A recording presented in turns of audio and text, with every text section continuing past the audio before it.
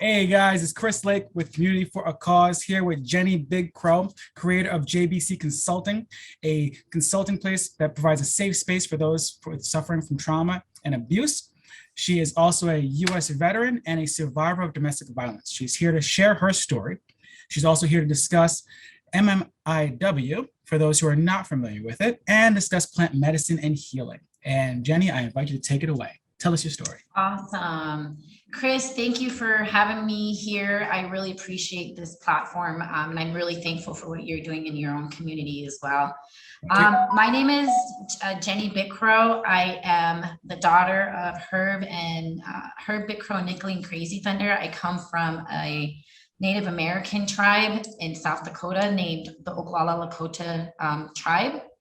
I was born and raised on the reservation there, and I was sexually abused as a young girl, and it was by a man that I knew. And along the way, I had, there are certain patterns that I established to try to heal at the time. I was doing things that I shouldn't have been doing. But how I ended up finding where I'm at in domestic violence is after my abuse, I, stayed away from men. I tried not to have boyfriends, that's a part of the trauma. Mhm. But I ended up meeting this guy when I was 19 years old. And I was in the army at the time. And he wowed and wooed me, took me out, bought me flowers, gave me, dressed me up like a doll. I was a big tomboy. And I didn't really care to wear girly clothes. Thankfully, I look girly now. I mean, I early with tomboy clothes on, but I was just a big tomboy. I was a jeans and t-shirt with a baseball hat, I'm just, and I'm in the army, and I was a mechanic in the army. Cool. So that should tell you how kind of tomboyish I was. Fair enough, so, right? Yeah. I'm a mechanic in the army and with a bunch of guys. And so, and I grew up with a bunch of brothers who really treated me well. To be honest, I have my dad taught my brothers how to respect me as a woman. And I'm not vouching for my brothers in any way, shape, or form, but I know for me as a woman, my dad was very kind to me, and my brothers were taught to be kind to their sister. And so growing up, I had an expectation of how men would treat me. Okay. Well, when I met my ex-husband at 19, he wowed and he wooed me, bought me flowers, did everything for me. And it's interesting because when you're 19, I'm still a teenager. Right. Still a teenager. It's hard to pick up on the patterns at that point. I don't have any knowledge of abuse relationships. I don't have the abuse I endured really kind of skewed me in my thinking. And so when I found this guy, I thought he was a safe person. I thought in my mind, this guy's safe. He's buying me things. He's helping me. He's taking care of me. That's what my dad did, so not that, and they always say, you marry who your parents are or something. Right. But so my point is, this man was just really, really good to me. And we right away, I remember, and I still remember the day he said this. He came in, me and him met. I didn't give him any of my information at the time. He was mutual friends with another girl, and the girl ended up giving him my information. This is before cell phones, guys. This is when we actually had to do the work. And so long story short, he found me, and when he found me, he wooed me and wined and dined me. And I, at the time, thought this guy's a safe person, but he said something to me the first night I was with him intimately. He said, "I'm going to make you my wife. I love you, and you're going to be my wife." The first night? The first night I was intimate with him. I had known him for a couple, for a minute. Right. But then the first time I was with him intimately, he said that to me. And in that time, I'm thinking I was an abuse victim before, with rape, and that I didn't like to have boyfriends. I didn't like to make commitments to men because I just didn't feel safe. I didn't feel safe. Right. And so, so this guy, tells me that, and I'm like, and then was my first red flag. Okay. That was my first red flag, because even back at 19, I knew I didn't want to be in a committed relationship. And I was like, that's odd. Right. I'm 19. Right. I don't want to have no babies until I'm 25. Like, what the hell? What you mean? you're going to be my wife. I'm not thinking marriage. Right. And so he continues to wow and woos me, gives me, I have some party friends, gives me an ultimatum, stay with him, end up staying with him, getting pregnant. And then the abuse started right after I got pregnant. Right after I had my first baby, I knew I didn't want to be with this man, right? I was like, I loved him, but I wasn't in love with him. Okay. And I knew I didn't want to be with him. And I was like, I went and decided to tell him I didn't want to be with him. And I wanted to get a divorce. I even, I told him that I wanted to have other relationships, like I'm not attracted to you like that. And so he got really upset. Some things happened and he wouldn't let me leave. He wouldn't let me get a divorce. And when I tried to get a divorce, he went really like, I'm going to kill myself. I'm going to commit suicide and, his pattern. So I'm like, what? And why is he? And at the time I didn't have any tools in my resource bucket to understand that he was manipulating me. Right. I didn't understand that he was taking advantage of my lack of knowledge of abuse. Mm-hmm. Okay. And so I believed him and I stayed with him because I didn't want him to die. He was my father's baby. And so I'm compassionate. I'm an empathetic person. And I still love this guy. I'm not in love with him, but I love him. And I'm going to learn to love him. That's my thinking at the time. He loves me. He does everything for me. And then we have another baby. And I'm going to fast forward because I was in an abusive relationship with this man since I was 19. So there's a lot of abuse that I could talk about going into this. And there's a lot of patterns that I've seen, but I'm going to fast forward to how I figured it out. Yes. I'm 3 kids later, I'm with this man still, our marriage is working. I'm a stay-at-home wife. I'm a stay-at-home mother by this time. He's in the military serving to retire, to give us our nesting, our what we were going to do for the military. Right. And I ended up getting out of the military to be a stay-at-home mom, and I homeschooled. And I'm saying this because my resources were all tied up in this one man. Mm. Okay. And I thought that was the best thing for me at that time. And he convinced me that it was the best thing for me at the time. Mm-hmm. And so I stayed at home and about 2013, this woman gaslighted me and manipulated me into a position that I was going for. So she used like my own knowledge. She came to me, gained my knowledge, and then used it to tell people it was hers. And so she got into stuff. Okay. And then all of a sudden, the people that were in my leadership team were thinking that, I wasn't doing a good job because she said something. Somebody said something. And I'm like, well, who's saying something? Uh-huh. And so she was basically strategizing to sabotage me. And she actually did. And when she did this pattern, I confronted her. And when I confronted her, she gave me the silent treatment for 8 months. This is a woman I've worked with, right? I've done working volunteer, and I had dinner parties with this woman. Right. Wowed and wooed me. She wowed and wooed me. Love bombing move with a narcissist. And she wowed and wooed me, and she brought me into her little circle, used my knowledge, and I was just another stepping stone. And I was like, what is that pattern? Because I'm an accountant and I'm a math person. And I'm like, when I do X, they do Y, and this happens. So I confronted her. She gave me the silent treatment, and I'm confused now. I'm like, what in the hell is going on? So I started studying safe people. I started studying boundaries, and I started gaining knowledge and resource for myself. I started reading, and I'm like, something's not right. You don't do this in regular relationships, right? Something's off. And so I learned and I gained knowledge, thinking I was gaining it for my friend, for what she did to me when I looked at all these patterns and taught myself the patterns, and I watched what she did. And I was like, and then I started watching my ex-husband, and I looked at his patterns because I said, she acts just like you. And I was like, she acts just like you. And I'm like, that's odd that she acts just like you, because she does everything you do, and you're mean, and you're mean. He was mean.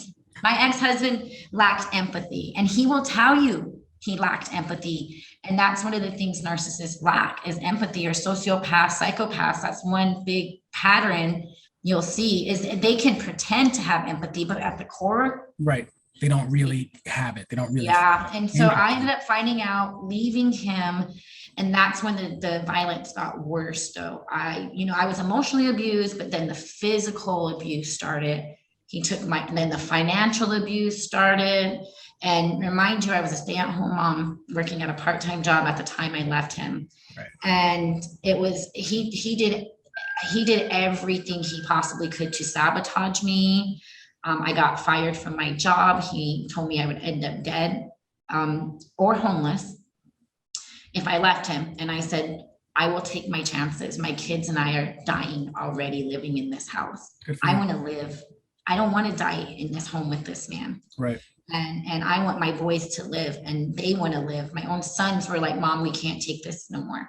The mental trauma, we couldn't, but they were teenagers at the time when I left, and they were like, we can't. And so I'm glad I left. But the thing is, the patterns for a narcissist are very clear once you learn them and actually believe them, though. See, I learned them, but it took me 3 abusive relationships to actually finally put boundaries and start identifying who these people are. So here's a question for you. What was one of the first boundaries you set for yourself? And what boundaries do you say are important for someone in your shoes to recognize they haven't yet set for themselves? They haven't what? And what boundaries would you say someone, when you were realizing I need to set boundaries, what would be the first important boundary to set that you'd want others to also set? It took me a while to accept my own need for care, because I'm such an empathetic person, and the narcissist, we have this love triangle, this weird dynamic, right? Right. So empath, they gnaw on our empathy, right? And so for me, I don't want to say had to harden my heart. I had to use wisdom to make a decision about a person, because I said, is this a pattern? Is this a pattern that I've seen before? Right. And so for me, boundaries would be, how do people make you feel when you're around them? Do you feel safe? That is my number one boundary, I think. Do you feel safe around this person? That's a great boundary thought, right? That's a great question to ask yourself. Because there are people you can go around and you're like, oh, I don't feel safe. Like, I mean, or I left this, their energy matters. And energy, when I'm around them, is their energy. But narcissists are really good at pretending. They're really good. So you have to look for, for me, integrity. I think what helped me was looking at my own boundaries and what I wanted as a person, my character. Am I going to lie? Am I going to steal? Okay, so I think this person is capable of lying to me? If I even doubt that, right, I will put up a boundary. That's an excellent. I've had to believe my own self, I guess. I had to believe in my own gut. That was my first boundary. Believe in your gut, Jenny, because there are people who are going to tell you it's wrong. But it's not wrong, Jenny. Your own boundaries. And I still have to fix that. I'm not fixing it. I'm always going to be working on it, I believe, until the day we all die, because we come up in so many different experiences. Exactly. But we all know that there's a gut feeling in our inner, and we're like, something's wrong. Right. Trust it. Now, yes. you said character, and that brings me back to a conversation we had earlier about Lakota parenting and the concept of instilling character in their kids. And that makes me want to kind of segue into your culture and discuss a little bit about the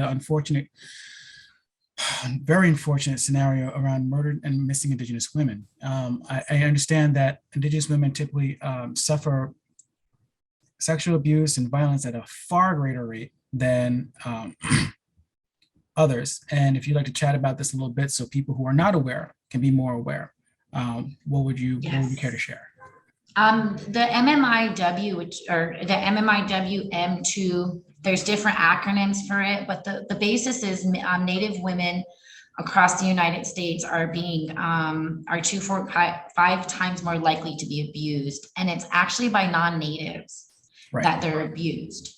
And right now in the Department of Justice is only reports 116 cases of murdered and missing Indigenous women, when we are the most sought after people group when it comes to murdered and missing Indigenous. We have a higher rate of death, Right. and there is currently no database in place to actually track this because the Department of Justice doesn't have one, and they just created one. Deb Haaland just created a murdered and missing Indigenous wing to fund it. This, I think it was just in the last year or so.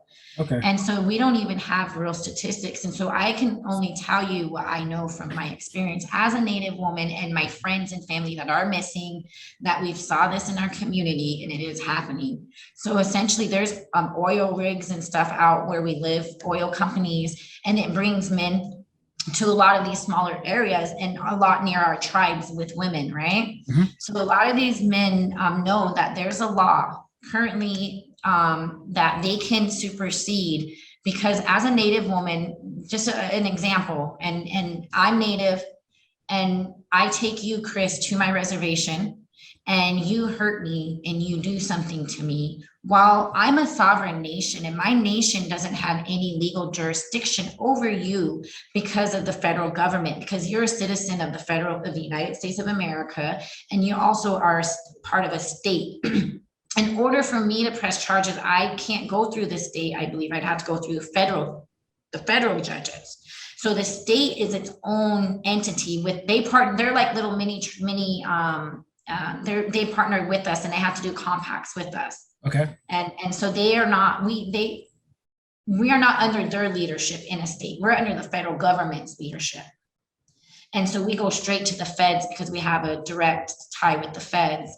And what happens is a lot of these men that are non-Native, they will harm Native women, and they know they can get away with it because our tribe can't do nothing to them. We can't persecute them. We don't have the funding. We don't have the judicial system. We don't, and it's disgusting because there are you guys, there are kids in South Dakota that are missing. I'm telling you, 17 girls went missing by February. By February, 2 months into the new year, 17 girls are missing. Why are they missing? Those oil companies that are up there, they're bringing out men, and there's some really nasty, bad things that are going on there with whatever those men are doing out there, and women. I know women are abusers. Look at Jeffrey Epstein and what they did. Right. So the murdered and missing Indigenous women, we need help right now. We need people to be aware that Native women are still here. And the craziest thing is we are the smallest population. There's like 2%. Right. And then we're idolized, and then we're not idolized, idolized is not the word. What is the word? Fetishized? Like a fetish, like people fetishized. Like fantasized about. Yes. Like, oh, that's the token Native Pocahontas girl. Oh, I want her. Yeah.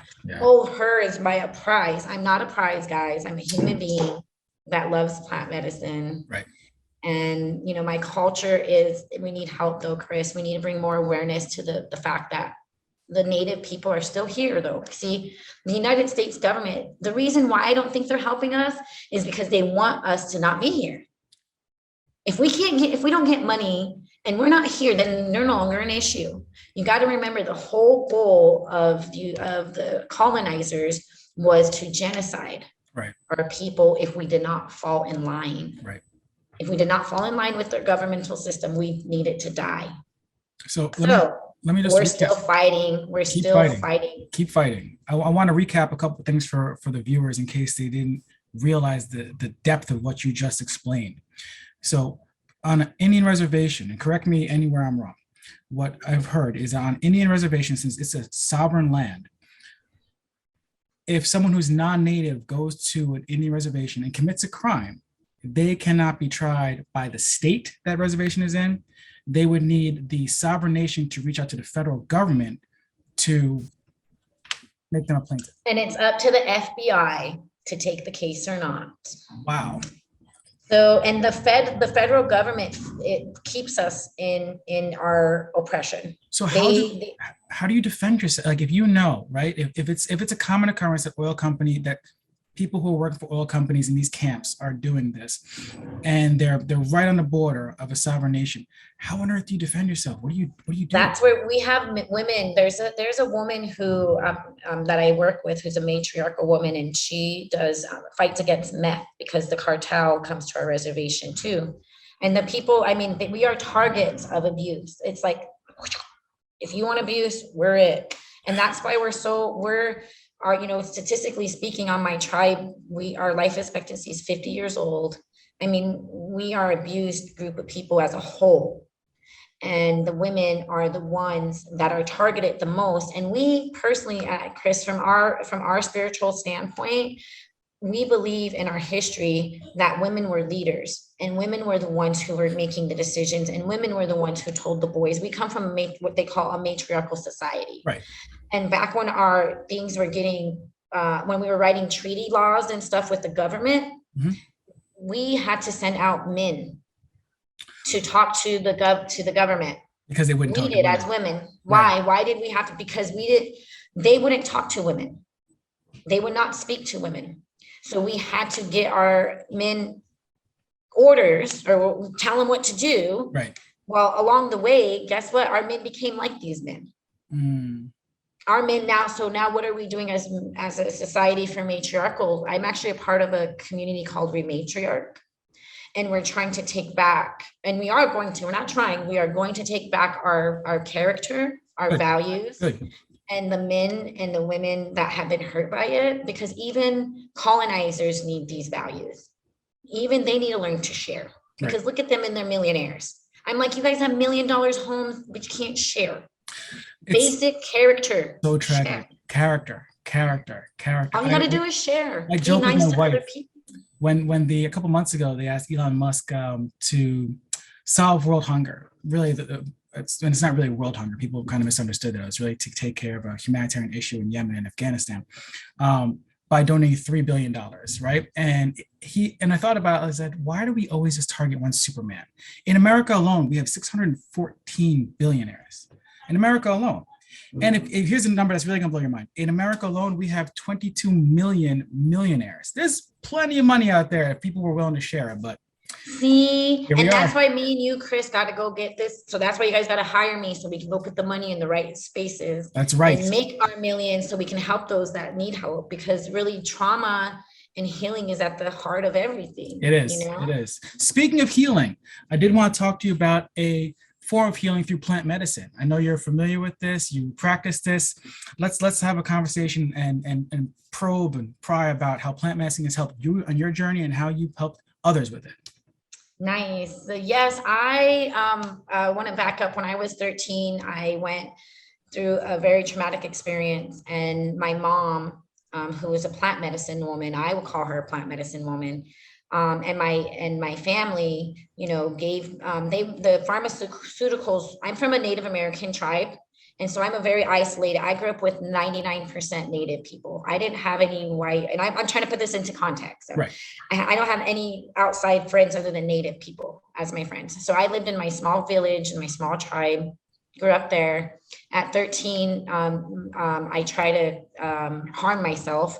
And so the doctors at the hospital told my mom that I needed medication. And my mom said, no, I'm not giving her any medicine. I'm going to give her my medicine, I guess. But she would go to jail and probably be charged for child abuse. Got you. And get her kids taken from her because of plant medicine. And there are moms who've done that. I have a friend who in South Dakota, they have the worst cannabis ingestion laws. If you ingest marijuana, you can go to jail. And just smoke it. They have a marijuana testing kit and they can tell if you smoke it. Wow. I'm telling you, it's all native. They're looking at us, and they're after the native. And I honestly think it's because we have plant medicine. And I honestly think it's because we have access to these medicines that they've never had. Think about this. They have cannabis, mushrooms. It's like, there's psychedelics that are coming down the line for further that's coming down. They're doing miscellin, and peyote, but as plant medicine people, as a Lakota woman, miscellin and peyote are not something that I will ever ask. Personally, that's medicine men's. medicine. I'm not that type of medicine person where I take that plant medicine. So cannabis essentially helped me through my mom giving me cannabis, and that helped my mental, kept my anxiety. So I smoked weed throughout high school. I got A's, and I got all A's. I was on leadership. I was on basketball. I mean, and they would always say, well, you smoke weed, it's a bad thing. And I'm like, well, when it starts affecting my grades, then you can get mad at me. But it's not affecting my grades. Right. Like, what do you Right. want? Right. I can't do everything. I have an anger problem and I smoke weed. I'm gonna beat you up. Like, what do you want? I come from a reservation. Leave me alone. And so I thought when I left my reservation that everybody smoked marijuana. I honestly thought everybody smoked. That's fair. It was so every day. It's It was fair, every day come for on, you. guys. Right. It's fair. And there's mushrooms, and we knew it was illegal. We knew it was illegal, but that didn't stop our people from using our medicines to heal our bodies and our minds. And so now that cannabis is legal, and my parents are both all my parents are dead, my stepdad, my mom, and my dad, because they're the statistic of the 50. The 50, my mom was 59, my stepdad was 56, I think, and my dad was 51 when they all died. And they're living in a prison. I feel like it's a prison. It's a prisoner of war camp, guys. It's a prisoner of war camp 334. And they're dying in there, and I'm trying to get them out. I'm like, guys, I don't want you to die. You're my people. Right. Right. And so the plant medicine helped me. And currently now what I do is I helped get plant medicine to my people through passing legislation, through home grows. And so they have plant medicine. Yay, people, they got access to it. They know how to grow it. And it's all legal. We legalize, regulate it, and decriminalize. And I'm currently in the process of, again, my consulting company helps heal people. Okay. So what my consulting company does is I want to find business owners that are BIPOC or minorities. And currently I'm working within my own community, and I have a couple of Indigenous people that I work with in my consulting company. And it's all to make sure they're healing and teaching them basic business skills so they can begin to get their companies up and running. Because we got to get this money for small businesses and social equity. Amen. They're not allowing, in Florida, it's $55 million to get a cannabis license. I do not know. Do you know one of those? Who are those people that have some millions? Because we got to ask to borrow $55 million to get the license. Million. There's no BIPOC. Is there a BIPOC? I mean, unless you're a movie star or you have a lot of money, and you're black or brown, you're not getting in. I'm sorry. And that's the reality. It's a very colonized. It's turning into a colonized money market, and we got to get on board, because Indigenous plant medicine people who know how to heal, who know how to use this, need to be able to get their lives taken care of, as well, as far as funding and making sure these people with actual plant medicine knowledge are the ones out there teaching it, and have access to these. They do grants and all these things, and I'm like, those BIPOC people better be studying that plant medicine. They know, they've had it. Give them the opportunity to study that medicine. Why are you giving Harvard and all these men and women who don't know what to do with it but abuse it? They don't know what to do with it but abuse it, and that's why we see people dying. That's true. That's why we see people dying from plant medicine, because they are literally taking advantage of it. And we get taught, again, back to character, we are responsible. And there's this saying called Madakiwase, which means all are my relatives. And so that means I have a responsibility to my relative, the plant medicine. My plant medicine loves to hang out with me. Cannabis, she loves the heck out of me. I'm telling you. I talk to her about you guys. I talk to her, I call her because to me, she's my relative in the Lakota culture. That's beautiful. And she gives me information, though. That's why I smoke it. I'm like, okay. Oh, you showed it to me. And I believe cannabis is a truth teller. I tell people that all the time. I'm like, just pray to cannabis and she'll tell you the truth, even about yourself. Damn it. You abusers, please let cannabis heal you. I don't know, people say abusers can't be healed, but I hope they can, and we talk. Plant medicine could do something for them. I truly believe it can. I truly believe it can. I remember I was in Peru years ago for a plant medicine ceremony where it's 100% legal. Disclaimer for anyone who's watching. And the people who came there came for healing. And on the way out, they were transformed, and I was impressed. I was transformed. You know, it's something that's it's still in my heart 5 years later that will never leave me because, like, as you said about cannabis, you have realizations with the proper use of plant medicine. And I'm going to stress proper use of plant medicine with the right mindset. When you're in the right environment, you can learn about yourself, you can learn about others, you can have a better sense of your place in the world. And I invite those who are curious to do your research first and foremost, and find a place that's safe if you're going to engage with it. Reach out to Jenny Big Crow and JBC Consulting as well. And you know, make sure that you practice proper medicine. Yeah, the reason I use it is because I'm aware of what it does for me. And that, you're right, Chris, please, I'm not promoting irresponsibility at all. And then the point of it is saying plant medicine does have, it's a live organism. Right. We feed it, give it water, we take care of the plant medicine. We know now that even mushrooms can sing, they talk to each other, the plants, they sing, they talk to each other, and the energies that they give off. But I say that to say a part of my healing journey was not just plant medicine, but not cannabis, but also plants in general. You know, plant life in general, going to the beach, going to nature, you know, getting back to the nature of healing. Connecting back to the earth. Yeah. To the earth. Yes. And go plant some flowers. That's plant medicine. You know, that's plant medicine. You know, cannabis is like these plants, these trees, they heal us. Go sit by a tree. You'll feel the energy, and you'll feel it in our culture. Everything has a meaning. And the trees are considered our grandfathers, like a dad figure. He has roots in the ground. And then the water is like our mother, you know, she's huge. And then we got the moon, who is, you know, we have the moon when we know we're hurting, we can talk to our grandma and our mother through the moon. And so there's so many things that are interconnected within the universe. Right. And a part of the domestic violence healing that I provide is getting in tune with them. What is out there? When I do consult with you, you will learn, you know, about, hey, there is this plant that helps heal. You know, get outside your house. It helps heal depression. I have to do it myself. So I'm very a big advocate for natural healing, I guess, herbal healing, you know. God bless. And I love it. Get in touch with nature, get yourself outside. It's a continuing, ongoing practice, taking care of yourself, folks. It's not a weekend seminar. It's not an IG reel. It's ongoing. It's lifelong. It's your relationship with yourself and your relationship with yourself in relation to others. So prepare to do the work. Jenny Big Crow, thank you so much for giving us this time today. Where can people reach you to learn more? I'm on IG, Jenny Big Crow, or you can go to my website, jennybigcrow.com. I'm up at, you know, I'm trying to get out there. Please feel free to hire me if you guys need me for anything. And thank you for your time, Chris. And I'm praying for you. And I know this is not the last time I'll see you. Oh, we will be talking. We'll be talking. Thank you again. Thank you. Take care.